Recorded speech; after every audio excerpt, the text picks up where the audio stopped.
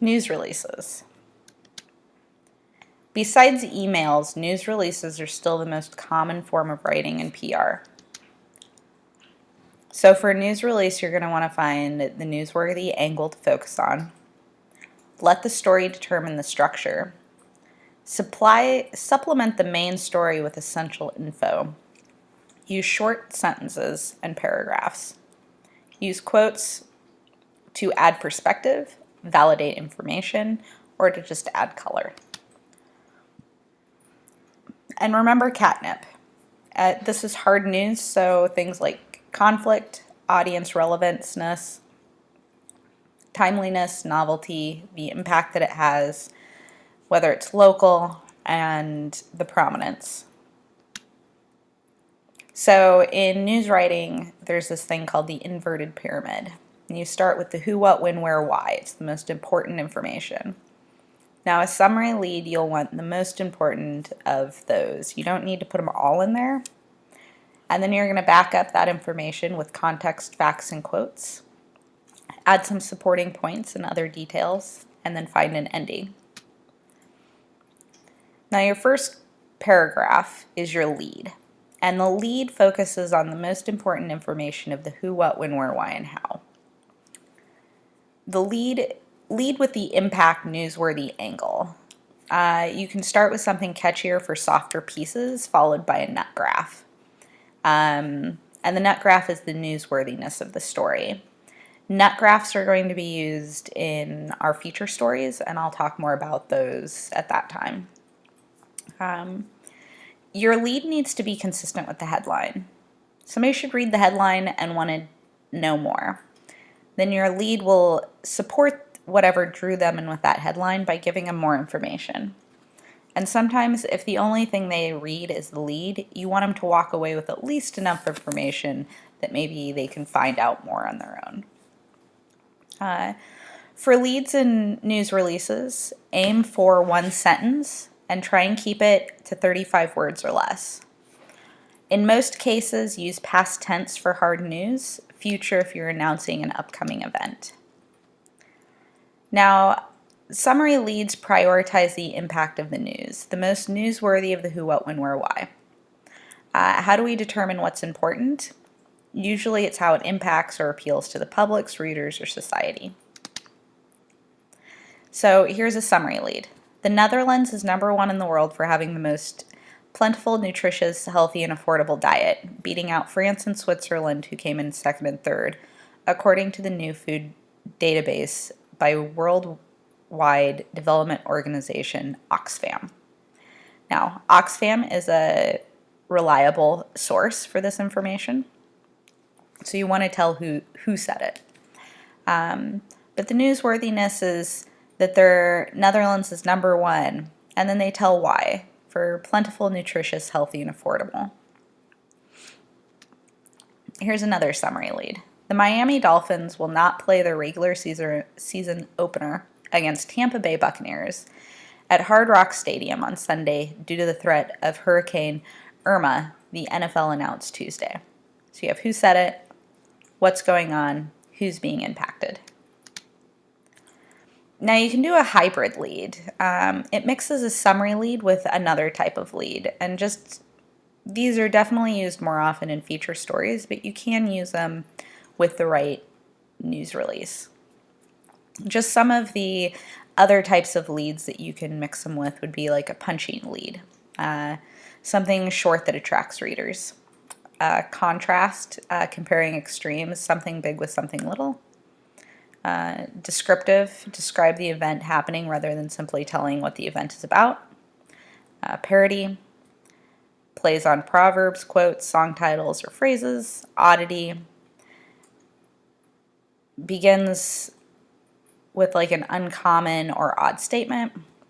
Or funny, written in a fun way. And these are usually, again, generally used in feature stories.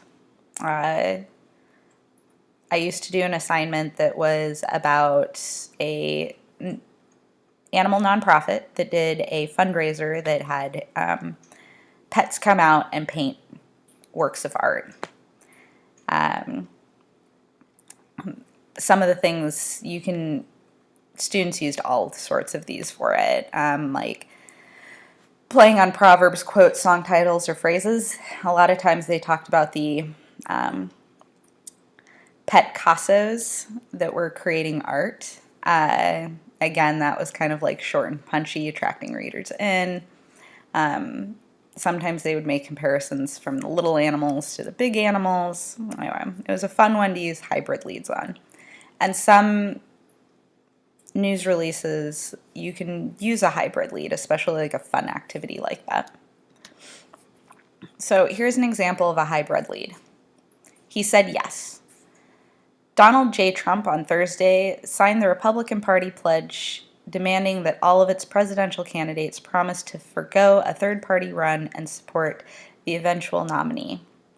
At a packed news conference at Trump Tower in Midtown Manhattan, Mr. Trump promised to be faithful to the Republican Party and the conservative principles for which it stands. So this is a hybrid lead that was in the New York Times, and it starts with that he said yes, which is coming from other cultural references.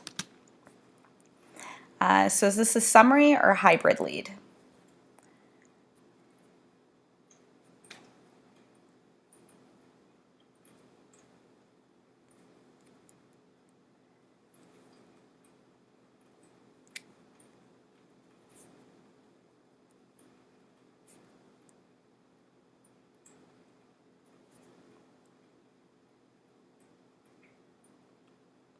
That would be a summary lead.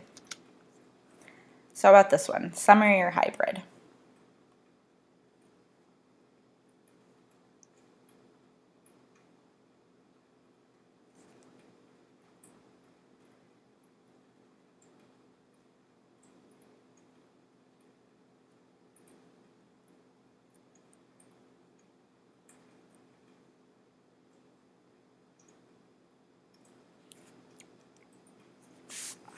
Again, that's a summary lead. So here's some more sample leads. This is from the Boston Globe.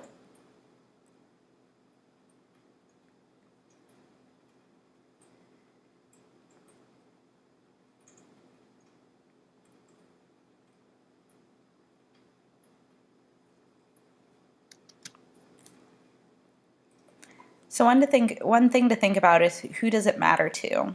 So the tone, the angle, and the audience. This is pretty much writing about the same research, but this is how the New York Times stated it.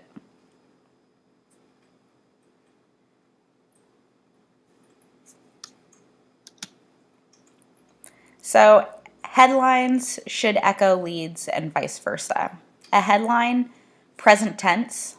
Now the headline's present tense, but we talked about the body being past tense or future tense, depending on whether it's something that's already happened or an event that's being announced. But the headline will always be present tense. Keep it brief, 7 to 10 words. Descriptive, don't tease. You can use a two-part headline if it's a softer piece, and a two-part headline where you'll have your main headline and then kind of a smaller headline below that. Your headline's going to be center and bold-faced. For print, uppercase first letter of the first word only. Web standards vary. For our news releases, uppercase the first letter of the first word only unless there's proper nouns in the headline. So we're going to use print standards. If complex, talking about that two-part headline, you can use the descriptive deckhead below it is what it's called for that second part. So here's some examples. ExxonMobil receives Excellence Award for Technical Development at World Petroleum Congress. And this is the byline. So you'll see that this is coming out of Moscow. And because Moscow, if you look in the AP style book, doesn't need a country name with it, along with London and a handful of others. So you'll always have that byline on news stories.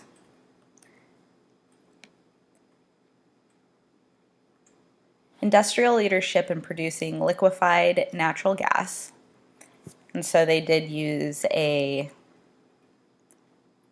acronym here, but they gave you the full name first. Earned ExxonMobil Corporation an Excellency Award today at the World Petroleum Congress in Moscow. So it's definitely just a summary lead of what's going on. Here's an example of a hybrid lead.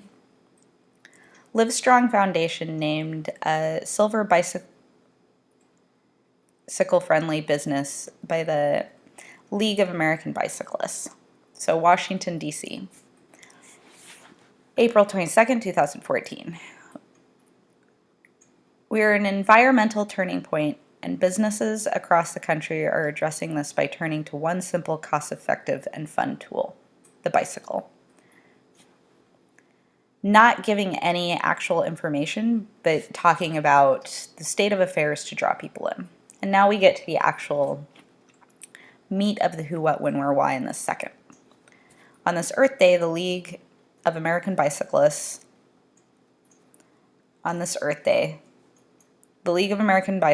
recognized the Livestrong Foundation with a Silver Bicycle-Friendly Business Award for leading America towards a greener future.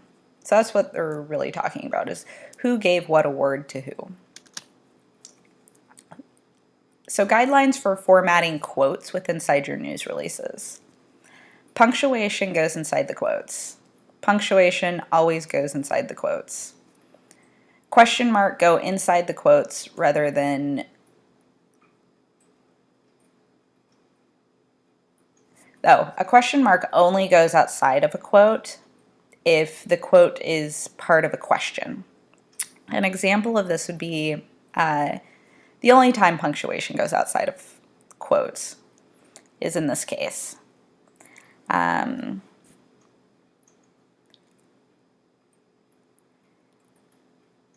Did John say, "I'm coming Thursday"? And then, so what John said, "I'm coming Thursday" is in quotes, question mark is outside.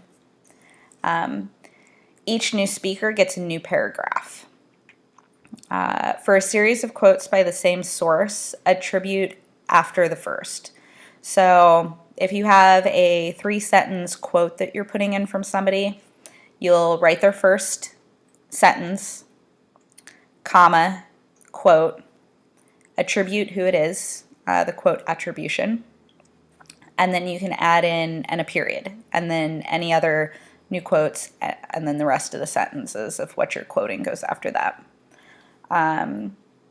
Don't back quotes into each other. So if you have if you're quoting two different speakers in your news release, put like a transition paragraph in between those. The quote attribution always goes at the end. You don't start a paragraph off saying, Samira said, blah, blah, blah. You'd say, blah, blah, blah, said Samira, head of the National Dental Association. You can use, but limit the amount of partial quotes that you use. You want to use like full sentences of the quote. If you can't really use full sentences, paraphrasing is always a good option. Also use ellipses to indicate words omitted from the middle of a quote.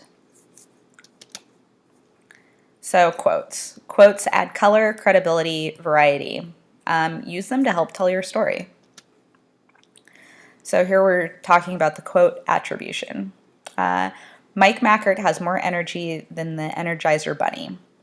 You always have the first sentence of the quote, comma, quote mark, said, Roderick Hart, Dean of the College of Communications, period.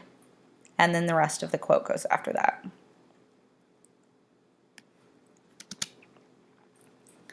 Here's another one. I'm really looking forward to a new, more stable and supportive school environment where we can feel comfortable, comma, Elliott said in a news release issued by the NYCLU.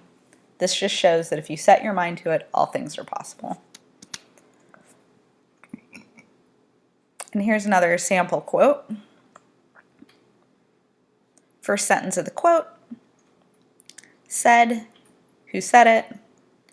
And let's take a moment to look at this. So if it said Chairman and Chief Executive Officer Rex Tillerman, then it would be uppercased because it's an official part of his title of his name. But because they set it off with a comma and put it after, it's lowercase. It's just a position. It's only uppercase if it's formally giving the person the title in front of their name. And then you wouldn't use any commas with that. So what is wrong with this quote? I highly suggest that you pause it and look at this. And this is copy and pasted directly from the article. So pause, read through it, see how many mistakes you can find. Headline bullets and blurbs. So you will be asked to do this. You can try it out on your first one to get practice for it. There's no grading scheme for it on your first news release, but there is on the second. So bullets are a byproduct of the internet age. They provide key supporting facts to the headline, so reporters and readers get a quick scoop of the most newsworthy elements.